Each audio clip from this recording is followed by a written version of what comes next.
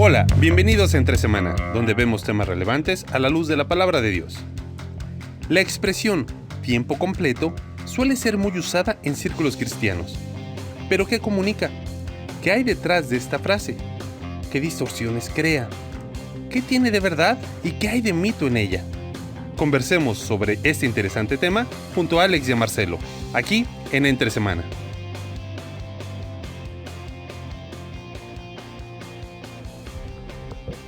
Mitos ministeriales, aquí Entre Semana, hablando acerca del mito del tiempo completo. La semana pasada estuvimos hablando acerca del liderazgo solitario y cómo es que el pastor debe de volar sobre los pájaros, como las águilas.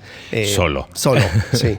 Pero hoy seguimos este tema de mitos y hemos tratado de buscar quizás los mitos más comunes o los que se suelen escuchar para poder desmenuzarla, poder entenderla, poder ver realmente a la luz de la Escritura qué es lo que encontramos, qué es lo que no encontramos. Entonces hoy estamos hablando acerca de tiempo completo. ¿Pero qué significa eso? Y bueno, y lo tomamos porque para muchos es un lenguaje normal. O sea, lo que decíamos el episodio anterior, es que es obvio que el liderazgo es solitario. Pero no necesariamente es así. Claro. Y es como que este tema o esta expresión tiempo completo se usa mucho.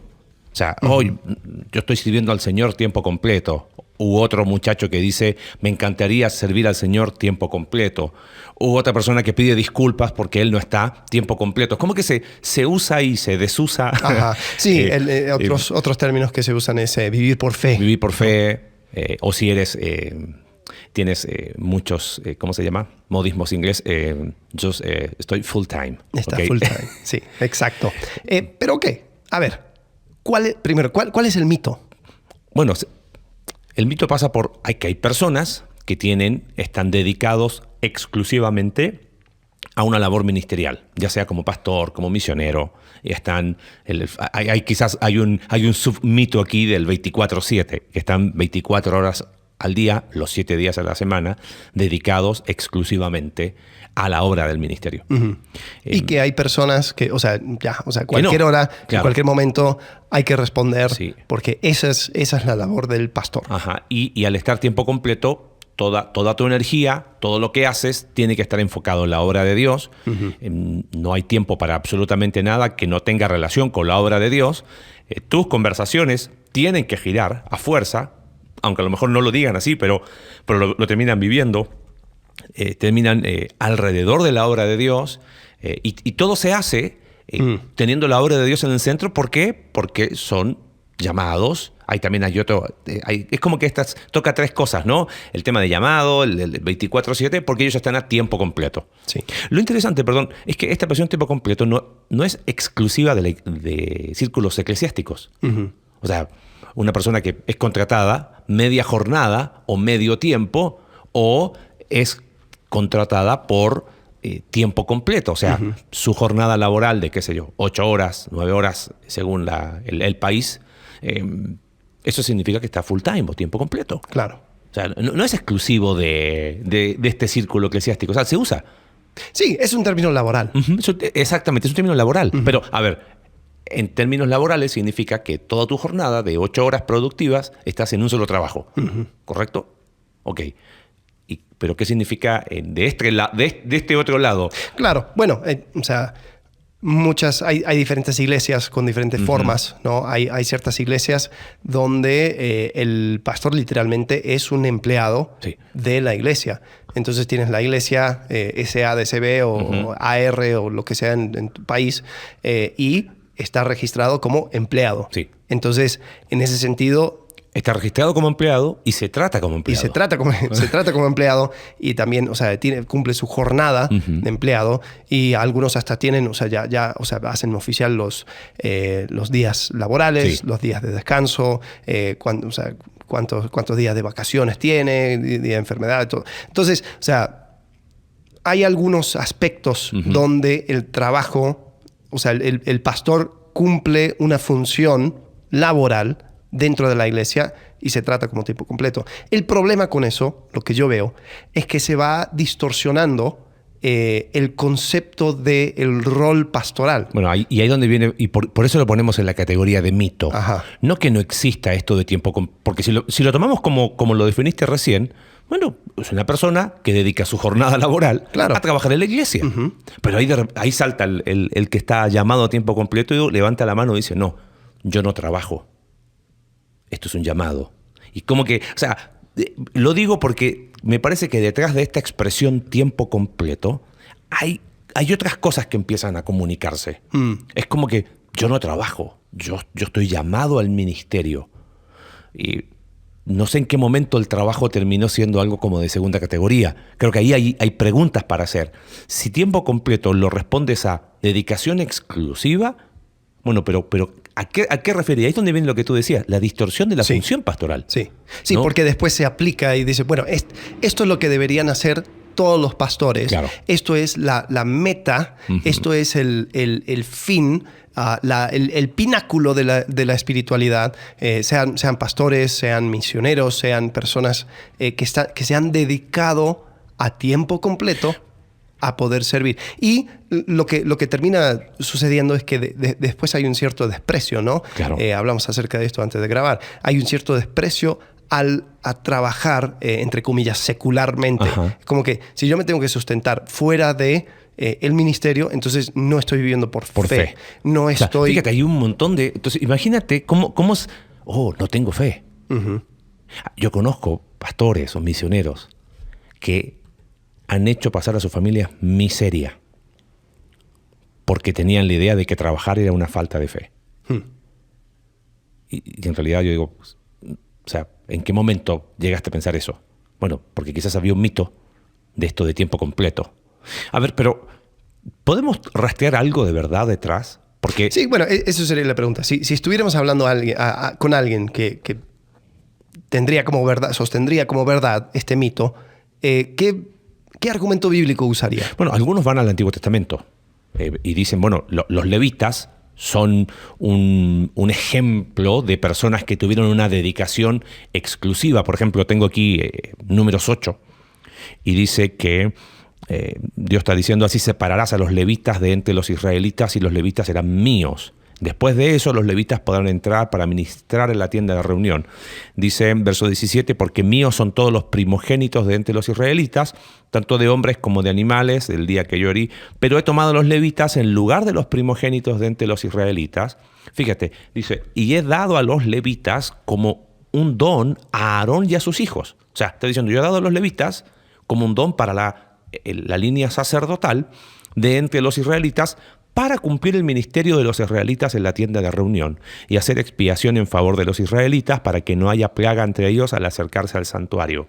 Y recuerda que estamos hablando de una economía agrícola ganadera, donde los levitas son esa tribu que no tiene tierra, uh-huh. no aparece en la división de la tierra. ¿Y cómo vas a comer? No, mira, cada tribu se va a encargar del mantenimiento de los levitas. ¿Por qué? Porque ellos tienen esta...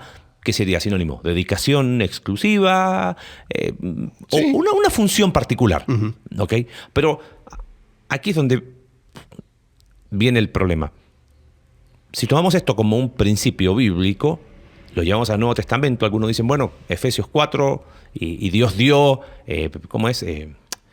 Apóstoles, profetas, evangelistas, pastores y maestros a fin de capacitar a los santos para la obra del ministerio. Ya no se llaman levitas, pero está el mismo principio, de dedicación exclusiva para. Entonces la idea es que los pastores y uh-huh. ministros son los levitas del Nuevo Testamento. Algo así. Más o menos. Más o menos así. Ok. Y eso, o sea, eso es algo que gente sostiene. Sí. Estoy tratando de recordar conversaciones que he tenido donde está el principio detrás de, bueno, pero Dios separó a 12... como los discípulos, Dios separó a Pablo, Dios separó en el Antiguo Testamento a Moisés, o sea, hubo siempre personas que fueron separadas por Dios, uh-huh. llamadas por Dios para una función específica y fueron sostenidas por Dios. El tema es que mi percepción es que se hace de formas únicas y particulares del obrar de Dios con personas la norma. Y creo que ahí viene el problema. Ahora, vamos al Nuevo Testamento y sí había cierta polémica Acuérdate que lo que dice Pablo en 1 No, Corintios. claro. Sí, en 1 Corintios capítulo 9 dice, oye, ¿qué onda? No tengo yo el derecho de como vivir. los otros. Sí, como Bernabé, de poder dedicarme a esto a tiempo completo. Y ser sustentado por ustedes. Ahí había una especie de desprecio a Pablo, y Pablo dice, no tengo derechos. Y lamentablemente dice, bueno, permitidme cierta locura. Y empieza a poner su ¿cómo se llama? CV. Su currículum, diciendo, miren, tengo todas las cosas para ser sustentado por ustedes, pero aún así, ¿sabes qué? No lo voy a hacer. Para no darles razón para que hablen mal. Pero y él dice ahí, y os ruego que los que anuncian el Evangelio vivan del Evangelio. Qué loco. He visto interpretado ese versículo de dos maneras. O sea, según de qué iglesia vienes, es la interpretación. Entonces, algunos toman ese versículo y dicen, ¿ves? El pastor debe ser sustentado por la iglesia. Y otros dicen, ¿ves? El pastor no debe ser sustentado por la iglesia, debe vivir del Evangelio. Claro. Sí. Qué loco. O sea, sí, ya sea, no voy a hablar de la tribu, pero claramente lo he visto, el mismo versículo interpretado de manera muy distinta según tu tribu denominacional. Aunque a lo mejor no se consideren denominación. Pero... Sí, es curioso. Aquí tengo abierto 1 Corintios capítulo 9, en versículo 14 dice, así también ordenó el Señor que los que proclaman el Evangelio vivan del Evangelio. Versículo 15 dice, pero yo de nada de hecho me he aprovechado y no los escribo así para que así se haga conmigo. Entonces da su regla y después dice, pero yo no estoy viviendo así. Claro. Entonces, ¿quiere seguir la palabra de Pablo o quiere seguir el ejemplo de Pablo? Entonces ahí es donde cada uno va tomando su propia ruta, ¿no? Y creo que es interesante el hecho de que desde esos tiempos había esta polémica. Sí. Yo creo que siempre cuando está involucrado el dinero hay polémica y hay una manera de justificar el dinero, lo que se recibe y todo. Había una persona que en una iglesia herética en Miami, desafortunadamente en mi ciudad, donde él se llamaba a ver si me acuerdo. Él era como la reencarnación de Jesucristo. Recuerdo. Entonces, sí. Entonces, él recibía el diezmo y, claro, quedaba para él porque él era Jesucristo. Claro. Entonces, estás dando a Dios y Dios se va a comprar unos Rolex y unos coches de lujo.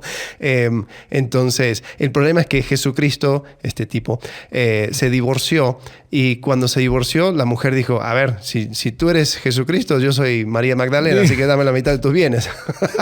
Entonces, ahí se armó el problema. Pero siempre vamos a tener este problema con dinero, con cómo veo mi rol en la iglesia, cómo veo este tema de el pastorear, el ministrar. Yo creo que hay que regresar a una manera sencilla y regresar a primeros principios, ¿no? Sí, totalmente. Mencionaste Efesios capítulo 4 y yo creo que sí, Efesios capítulo 4 es muy importante porque habla acerca de Dios dando a personas que puedan capacitar a los santos, pero después ya deja de hablar acerca de estos hombres y no los pone sobre un pedestal. No los pone como una categoría aparte. Correcto. No. O sea, son parte de la iglesia. Dice, a ver, versículo 11, dice, Él dio a algunos a ser apóstoles, otros profetas, otros evangelistas, otros pastores y maestros, a fin de capacitar a los santos para la obra del ministerio. Dice, hasta que todos lleguemos a la unidad de la fe. Y entonces, todos incluye esos. Sí, totalmente. Y porque Él termina esa sección diciendo...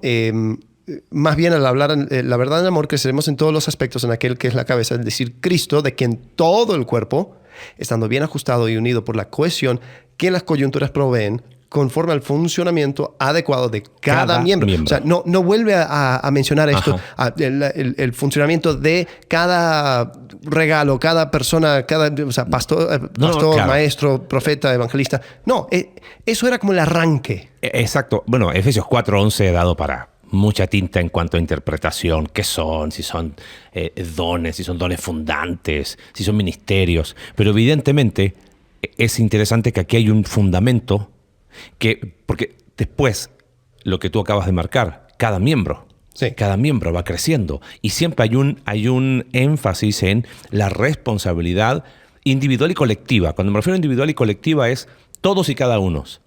¿Ves? Ahí mismo en Efesios 4 dice, pero a cada uno de nosotros se nos ha concedido la gracia. O sea, pero a cada uno es, Todos han recibido, pero cada uno ha recibido algo en particular. Póngalo a disposición de un funcionamiento más grande. Cada miembro funciona interdependiente e interconectado. No hay una superioridad de categorías. Es la misma discusión, si la analogía, sin llevarla más lejos, pero ¿y cuáles son los órganos más importantes del cuerpo? Pero no lo hay. Hay funcionamiento distinto. Y creo que por ahí a lo mejor podemos llegar a entender a qué nos referimos con esto de tiempo completo. Si tiene que ver con dedicar de forma por practicidad a una función específica, adelante. Pero de ahí a crear un ciudadano del reino de una categoría superior versus ciudadanos del reino porque, yo no estoy llamado a tiempo completo. Ahí hay un error. Porque, ¿viste? Eso es lo que me preocupa. Que a veces hay personas que su presentación es: hola, soy Marcelo y yo sirvo al Señor tiempo completo. Yo estoy full time. Claro. Espérame, hola, te estoy saludando, nada más, conozcámonos. Pero es como que pone, y es lo que decíamos en el episodio anterior de Paul David Tripp, de su libro El llamamiento peligroso, hacen del ministerio su identidad. ¿Y cómo lo expresan? Porque ningún pastor diría, ningún misionero diría: mi identidad es mi ministerio. No, el tema es, ¿qué son síntomas? Bueno, uno es, ¿por qué constantemente tienes que estar colocando que estás a tiempo completo? Tiempo completo. No, pues yo estoy a tiempo completo. Yo estoy a tiempo completo. Porque, que no puedo, estoy full time, estoy a tiempo completo. ¿Qué necesidad? ¿Para qué? O sea, sí. ¿Qué está diciendo de ti? Sí, ¿no? Y creo que muchas veces cuando ligas tu identidad a tu función dentro de la iglesia, puede ser difícil porque, o sea, si estás comenzando la iglesia apenas y la iglesia está aprendiendo esto de sustentar a los líderes y no hay suficiente como para cubrir un salario, entonces una persona puede llegar a sentirse mal y decir: es que mi iglesia no cree lo suficiente en mí, es que no me sustenta, no me apoya. Claro. Entonces eso lo permites que refleja mal sobre ti, entonces eso te pega tu identidad. Sí. Pero después encontramos que Pablo tuvo el mismo problema. Pero creo que lo que tú dices es importante, el tema de función, ¿no? Yo creo que si vamos a tomar Efesios 4, y quizás voy a ser un poco extremo con lo que voy a decir, el punto o la meta de estas personas, apóstol, profeta, evangelista, pastor y maestro, ahí está la discusión, si es pastor y maestro, pastor. Otro día podemos hablar de este grupo de personas, sean 4 o 5, su meta es volverse irrelevante. Exactamente. O sea, pero cacha totalmente eso. De acuerdo. Su meta es dar el comienzo de tal forma que ya ellos no sean esenciales para el crecimiento del cuerpo. Porque la obra del ministerio, porque ahí está la otra expresión. Otra manera de llamarse los que están, entre comillas, tiempo completo es que yo estoy en el ministerio. Yo estoy en el ministerio, yo estoy en la obra del ministerio, es que Dios me llamó a su obra. Pero en ese mismo pasaje está diciendo que estos capacitan, equipan a los santos para la obra del ministerio. Entonces, ¿quiénes hacen la obra del ministerio? Son los santos. Sí. O sea, es como que yo te empujo para que tú brilles. Claro. No para yo ponerme en el medio. Sí. Y creo que ahí eso es difícil. Eso es una píldora difícil de tragar, tanto para el pastor como para la congregación. Porque cuando tú tienes a un pastor, ¿no?, a tiempo completo, entre comillas, que le estás dando dinero para que, mira, o sea, le quieres como un tipo de mesero espiritual. Sí, totalmente. Es como que yo necesito que el pastor llegue para hablar con mis hijos porque le acabo de cachar haciendo algo que no debería. Pastor, puedes venir, por favor, joven. Casi, venga. Sí, y hay esa actitud y desafortunadamente es más común de lo que pensamos. O sea, donde el pastor es tratado como esa persona que viene y a atender y qué necesita. Y muchas veces, yo lo he escuchado, cuando se hace el cruce a una iglesia que va creciendo, el cruce a más o menos los 200, empieza a haber quejas. Y las quejas siempre son iguales. No, es que no es igual. Ya no es como antes, ¿no? A mí me gustan las iglesias pequeñas porque uno puede hablar con el pastor. O como era antes, ¿no? Sí, porque antes si convivíamos, antes si tenía un problema, el pastor llegaba y podía hablar y podía compartir y todo. Y ojo, yo creo que eso es importante, es valorado, es bueno, Pero es como cuando, o sea, estás arrancando un motor, ¿no? Esos motorcitos de motosierra o lo que sea, donde tienes el arranque, ¿no? Y jalas el cordón para ya iniciar un proceso que se autosustenta. Si tienes que constantemente estar arrancando, significa que hay un problema con el motor. Exactamente. Si el pastor siempre tiene que estar constantemente llegando y arrancando la vida espiritual de la iglesia, y avivando y hablando y compartiendo y animando. Y eso es siempre la dinámica, donde es el pastor en el centro. Es un motor que no está funcionando bien. Sí. Bueno, y creo que ahí está el tema del mito. Porque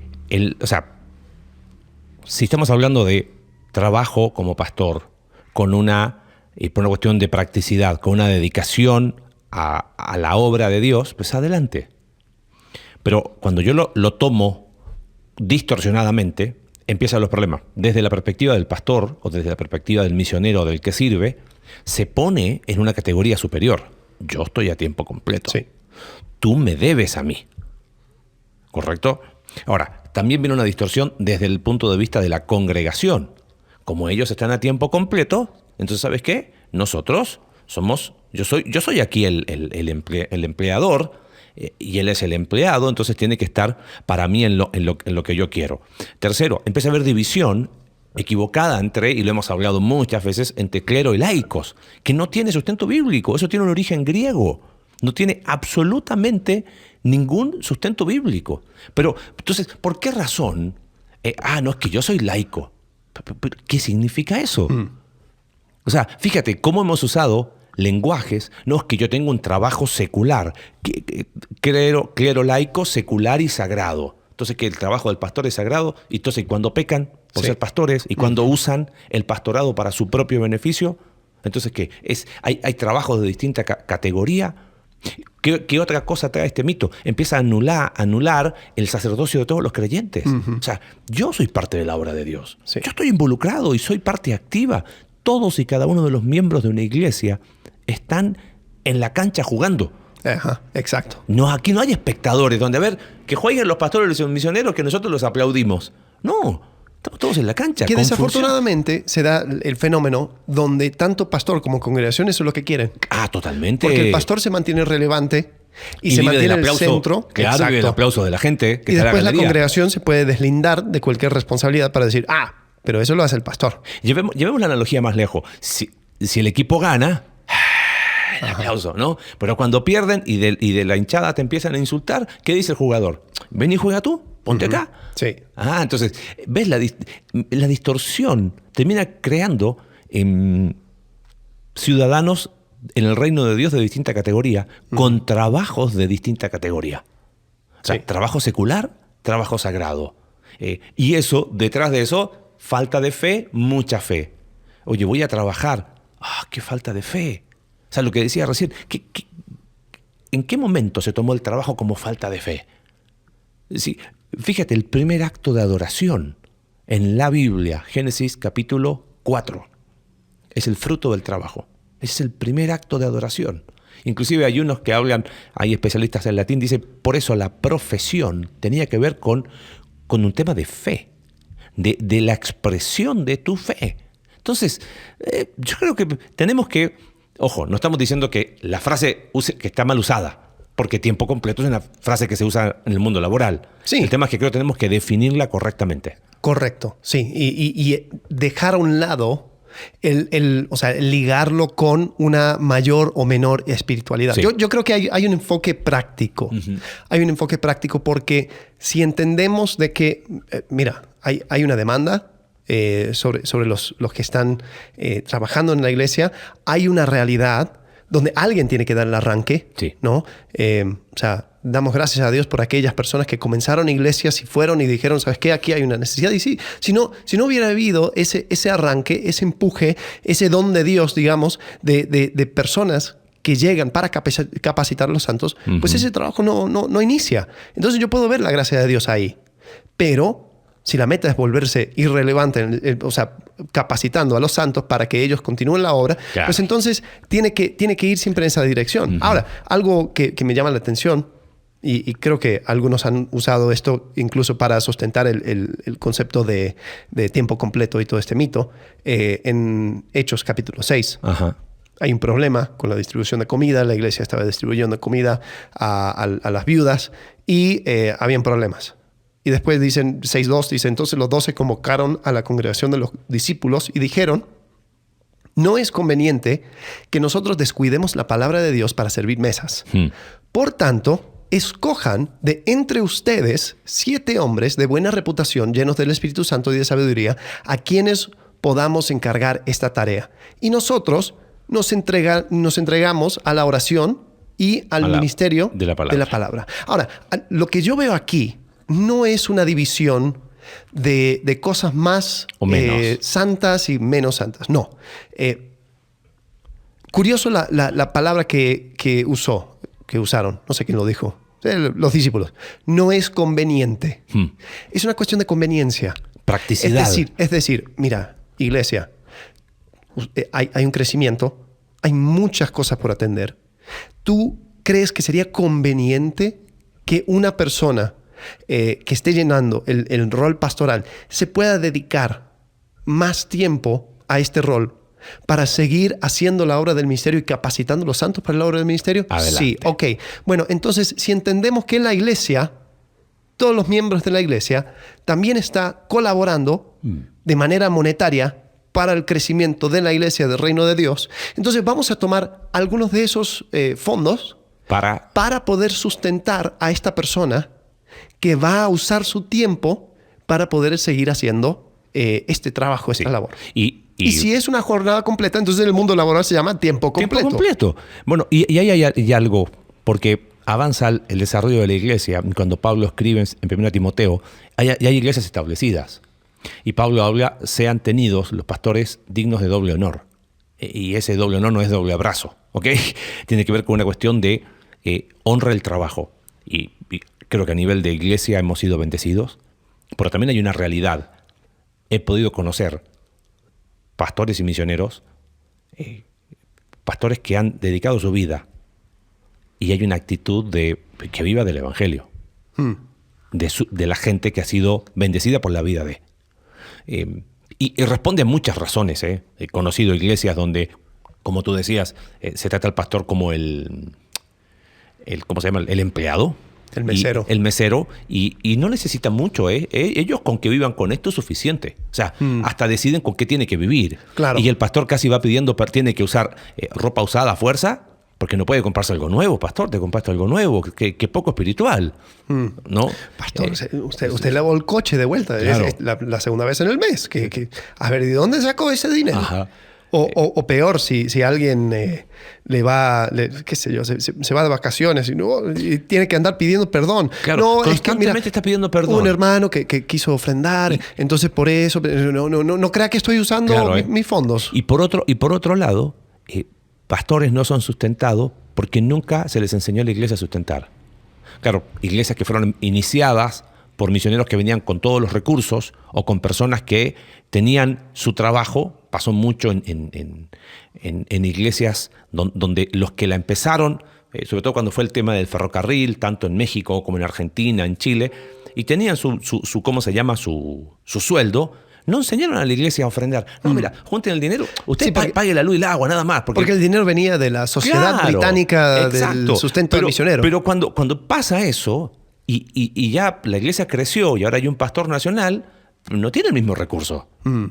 Una vez, en una conversación con un hombre, falleció a los 100 y algo de años, don Jorge Black. Él llegó a Chile como parte del inicio de las iglesias donde estábamos. Y él una vez me dice, muy, muy honestamente, me dice, tendríamos que ver, dice, si yo volviera atrás haría las cosas distintas. Y él me decía, me dejaron de invitar a las convenciones de la iglesia porque ya no soy persona grata por las ideas que él daba. Y él decía, nosotros llegábamos con dólares, entonces teníamos acceso a cosas distintas. Entonces era interesante porque el misionero tenía, casa, auto, y el pastor nacional vivía ahí, decía, tendríamos que haber vivido en el mismo barrio, donde no hubiese una diferencia, porque eso comunicó algo, de que estos tienen dinero, los otros no. estos pueden, entonces son iglesias que nunca fueron misioneras. ¿Por qué? Porque el misionero era el que venía con todo el dinero. Y el pastor era el pobrecito nacional que viviendo ahí con 4 paredes tenía que estar contento. ¿Viste? Entonces me decía, tendríamos que haber hecho las cosas distintas. Y creo que hay un espacio para una reflexión crítica y un análisis aún de nuestra historia para decir, ¿sabes qué? Si tu iglesia, como dijiste tú, una cuestión de conveniencia, de utilidad, de practicidad, van a sustentar a su pastor, háganlo con honor, háganlo de manera digna. Si no están las posibilidades, eso es algo que también debe saberse. Nada de que, pero pastor, ¿y por qué usted espera que lo sustentemos? Usted tiene que vivir del evangelio. Sí, yo no desayuno evangelio, no como evangelio, no sé evangelio. Y no quiero extenderme más, pero cuidado, porque a veces detrás de este tiempo completo está esta idea de 24/7, que es una reverenda estupidez. Perdón que lo diga así. No existe la vida 24/7. Eso es imposible. Hay que dormir. Partamos de esa base. Así que ya durmiendo... Pero ¿qué está... yo soy pastor cuando duermo también. Pero explícame eso del 24/7. Claro, lo que pasa es que creo que está vinculado. ¿Por qué? Porque está la idea, yo estoy tiempo completo, yo tengo que estar disponible 24/7. ¿No? O sea, todos los días, todo el día. Y a veces está la idea desde ¿cómo se llama? Desde el congregante de que el pastor está 24/7. Y por supuesto que hay urgencias y hay que atenderlas. Pero a veces hay una actitud donde, pero tiene que estar en todo momento, en todo lugar y a todo momento al mismo tiempo.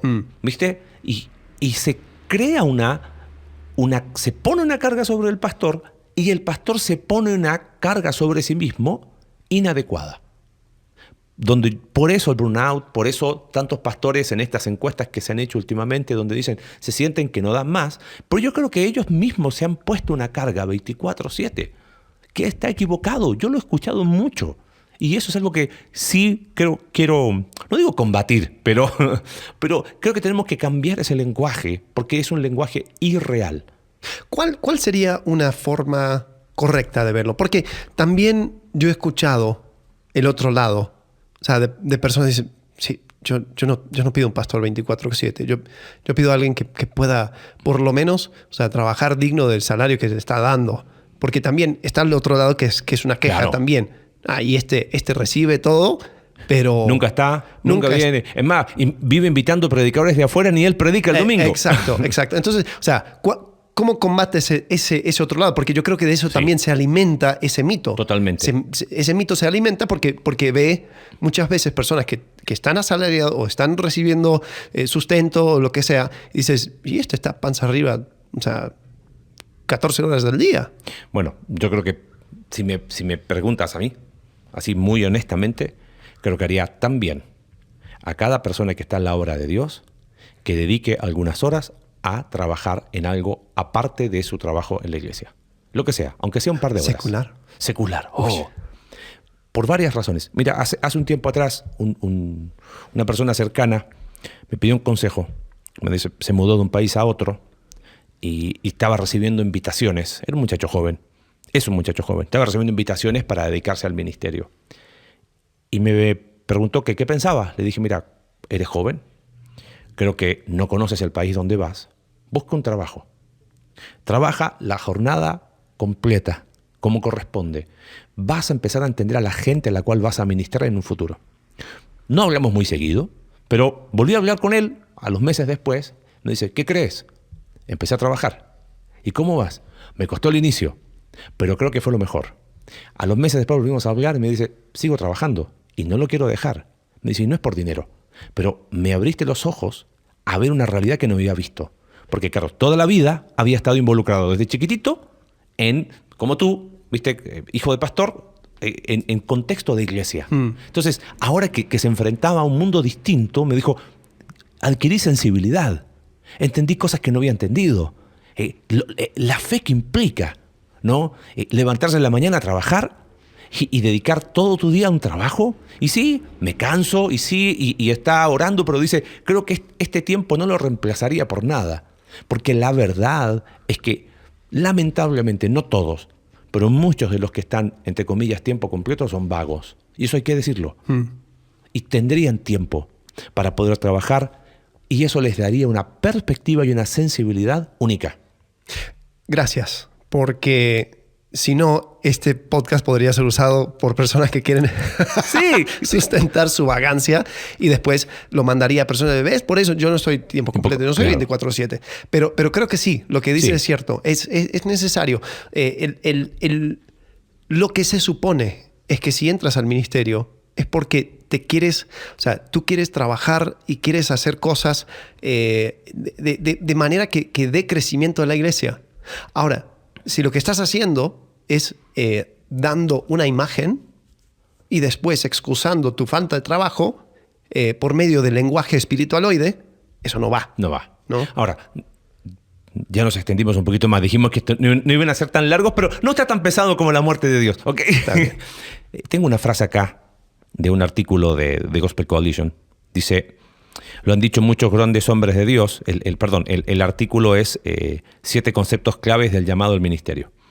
Dice, lo han dicho muchos grandes hombres de Dios, Spurgeon, Martin Lloyd-Jones, por ejemplo. El llamado al ministerio es, en un sentido, el mayor llamado que puede recibir un ser humano. Yo no estoy de acuerdo con eso. Y creo que ahí está la raíz de otro problema que lleva la distorsión de tiempo completo. Y es que nuestro mayor llamado fuimos llamados para ser transformados a la imagen del Hijo, Romanos capítulo 8. Nuestro llamado, somos predestinados a ser parte de la familia de Dios. Nuestro llamado esencial es que somos hijos de Dios, parte de la familia de Dios. Pero decir es el mayor, lo he leído mucho, el famoso artículo de John Piper, 30 razones por las que amo ser pastor, la de John MacArthur, 10 razones por las que amo ser pastor. Y el énfasis es, no elegiría otra cosa.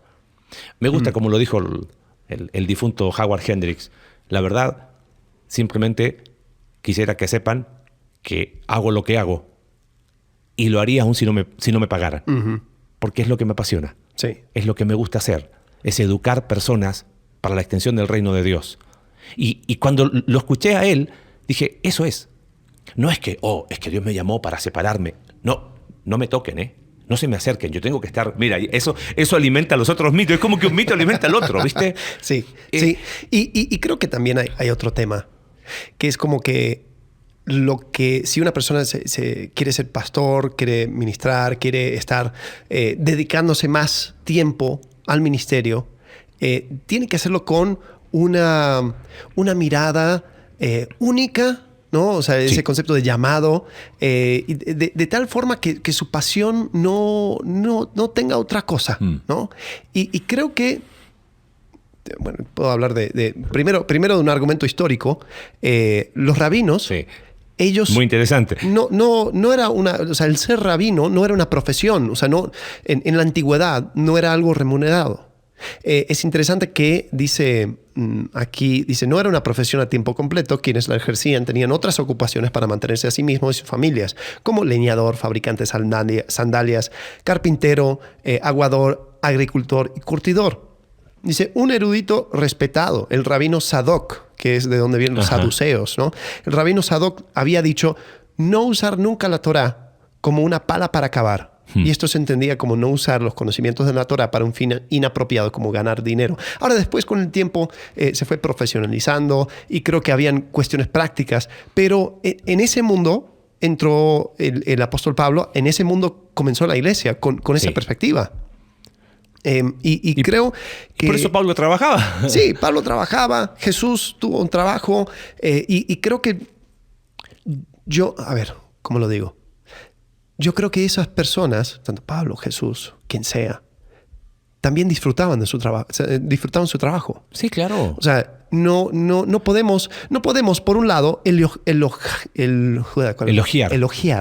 el trabajo, como dijiste, ¿no? El primer acto de adoración, pero después para los pastores, no. O sea, tú, si vas a trabajar, tu trabajo es una carga porque no puedes estar tiempo completo en el ministerio. Bueno, he visto carteles donde se habla trabajo versus llamado o ministerio, como que este trabaja por dinero, yo por amor a Dios. No, espérame. Sí, y desafortunadamente eso también por un tiempo se empezó a manejar una cierta narrativa en mi propia vida cuando comencé, o sea, yo trabajo, siempre he trabajado para sustentarme. Nosotros al comenzar la iglesia no teníamos que ir con alguna misión o levantar sustento antes, simplemente nos mudamos y comenzamos porque entre semana, o sea, yo podía seguir trabajando.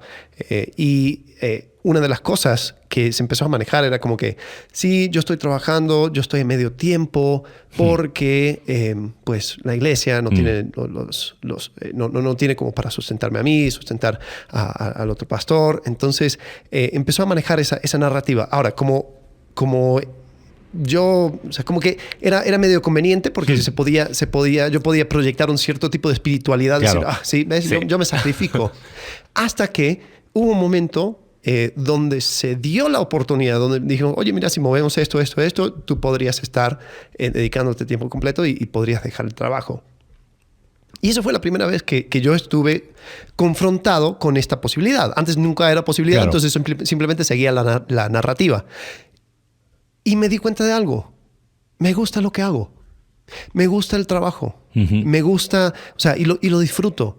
Y también veo que hay posibilidades de poder seguir aún ministrando y trabajando con personas a través de mi trabajo. Entonces, totalmente. Ahí es donde me di cuenta de que, mira, yo, o sea, no cierro la puerta, porque si esto tiene que ver con lo que es conveniente, la situación siempre está cambiando. Quizás lo que va a ser conveniente después va a ser dedicar todo mi tiempo al trabajo del ministerio. Y si la necesidad es así, animamos a las iglesias, a los congregantes, honren a sus pastores, honren a quienes sirven, les sirven.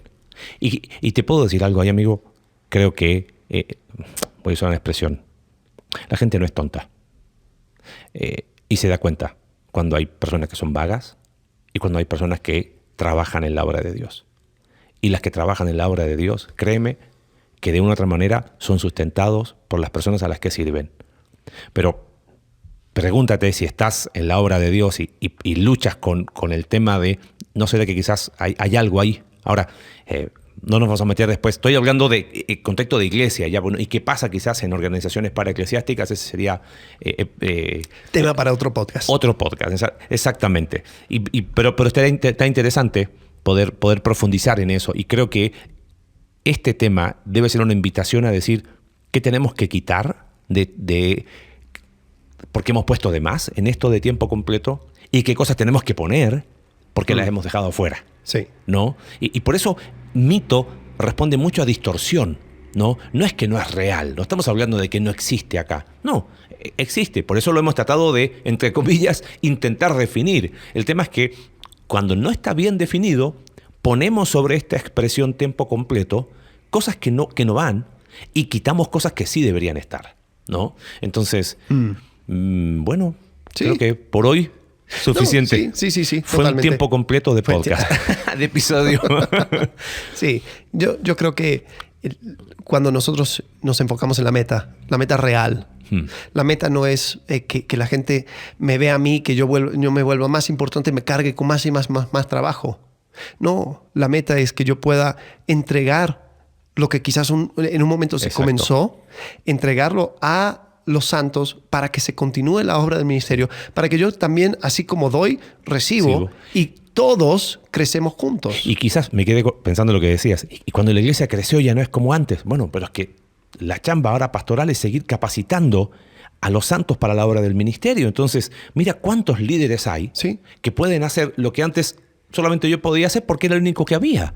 En Hechos capítulo 6 tienes a personas que están sirviendo mesas, y si los discípulos tenían esa pregunta y esa duda, ese problema, es posible que ellos antes se estaban encargando de la distribución de comida. Porque eran poquitos, era obvio. Fue creciendo y pudieron tener a 7 hombres. Uno de ellos era Esteban, que se echa una de las predicaciones más importantes de todo el libro de Hechos. Y era uno de los meseros, entre comillas. Entonces ahí te das cuenta que estos discípulos estaban haciendo la obra del ministerio, estaban capacitándoles para que cuando llegue el momento donde la situación cambia, ellos podían levantar a esos hombres para que continuaran la obra del ministerio. Dejo tirado algo solamente para la reflexión y la discusión posterior, una vez finalizado este episodio. Hechos nos provee principios de una iglesia que está en formación. Por eso el peligro de tomar las situaciones históricas de Hechos como los principios eclesiológicos para hoy. Porque si fuese así, creo que, no sé, o sea, hay algunos que toman algunos y dicen, no, nosotros somos más bíblicos porque tomamos... bueno, creo que aquí hay mucho para seguir tirando, destilando, pero creo que hay un buen ánimo de conversar sobre estos temas, porque creo que traer claridad nos permite funcionar como iglesia para que el reino de Dios se extienda, para que nuevos conozcan a Cristo y para que la iglesia de Dios se edifique. Así que bueno. Bueno, nos vemos la próxima. Sí. Hasta luego. Nos vemos. Gracias por acompañarnos en un capítulo más de Entre Semana. Recuerda que puedes seguirnos a través de nuestra página web icv.mx/entresemana y puedes enviarnos tus preguntas a entresemana@icv.mx y en Twitter @entresemanacv. Ayúdanos a difundir este contenido dejándonos tu valoración en tu aplicación de podcast favorita.